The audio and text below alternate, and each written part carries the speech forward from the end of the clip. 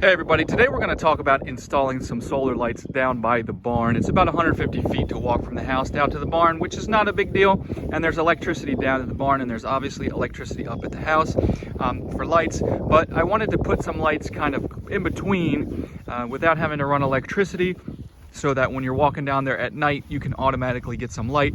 And so I reached out to IXP, and they went ahead and sent me this solar powered floodlight to test it out. So I'm going to install this today.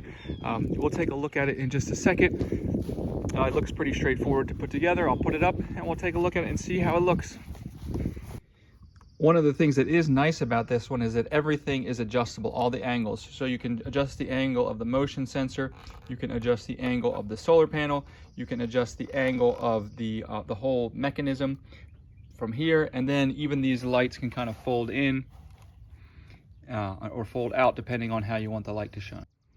And so there you go. It only took me about 30 seconds to get this thing mounted. I just screwed these two screws in and then slid everything on. It clicks in place, and then I'll let you know going forward. I'll make a new video to show you how well this battery is holding up on this with this solar panel, if it's keeping the battery charged.